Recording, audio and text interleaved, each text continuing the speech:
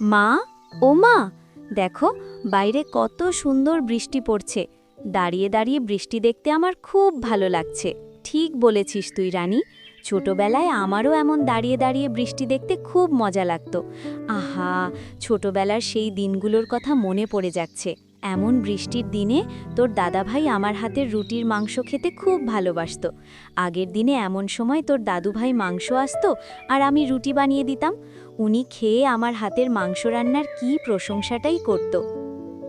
দাদুভাই বুঝি রুটি মাংস খেতে বড্ড ভালোবাসত দিদিমা। হ্যাঁ রে মা, বাইরে বৃষ্টি পড়ছে, আজ আমারও রুটি মাংস খেতে ইচ্ছা করছে। বানাও না আজ, বাবাকে বলো না বাজার থেকে মাংস নিয়ে আসতে। আজকে বরং তুই কটা ডাল ভাত খেয়ে নে, তোর বাবা পরে এক সময় তোকে মাংস এনে খাওয়াবে। না না, আমি আজই মাংস খাবো। মারে, বাইরে যে ভারী বৃষ্টি, এই বৃষ্টির দিনে আমি কেমন করে যাব বাজারে বল দেখি। লক্ষ্মী মা আমার, এভাবে বায়না করে না। আমি কালকে তোকে মাংস এনে খাওয়াবো। আর শুধু মাংস না, তোর মা তোকে রুটি মাংস করে খাওয়াবে। এই তো বাবা বলে দিয়েছে, আর বায়না করিস না মা। নে, এখন তাড়াতাড়ি খেতে আয়, আমি ভাত বেড়ে দিচ্ছি। আচ্ছা মা, ঠিক আছে। জানিস রানী, আজ দুপুরে আমি কি দিয়ে ভাত খাবো? কি দিয়ে রে ময়না? মাংস দিয়ে।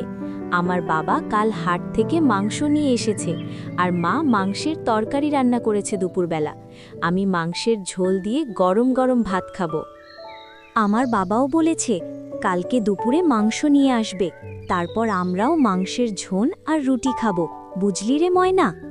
ময়না, ও ময়না, বেলা হয়ে এলো যে, এখনো খেলছিস?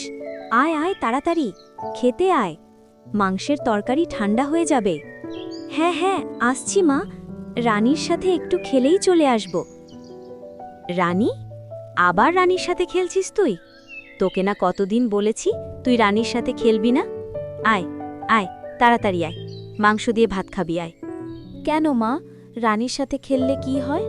আজকে যে আমরা মাংস ভাত খাবো, এটা নিয়েই তো আমি রানীর সাথে গল্প করছিলাম।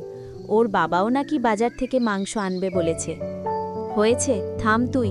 ওর বাবা মোড়ল মশাইয়ের বাড়িতে কাজ করে, যে কটা টাকা পায় তা দিয়ে সংসার চলে না, ওই দিয়ে আবার মাংস আনবে? কোনো রকমে খেয়ে পড়ে বেঁচে আছে যে, এটাই অনেক। আয় আয় ময়না, তুই খেয়ে নে। হ্যাঁ মা, চলো আমি খেয়ে নিই এখন তাহলে। গল্পটি কেমন লাগলো অবশ্যই জানাবেন। ভালো লাগলে নিয়মিত এমন সুন্দর গল্প পেতে সাবস্ক্রাইব করে আমাদের চ্যানেলের সাথেই থাকুন।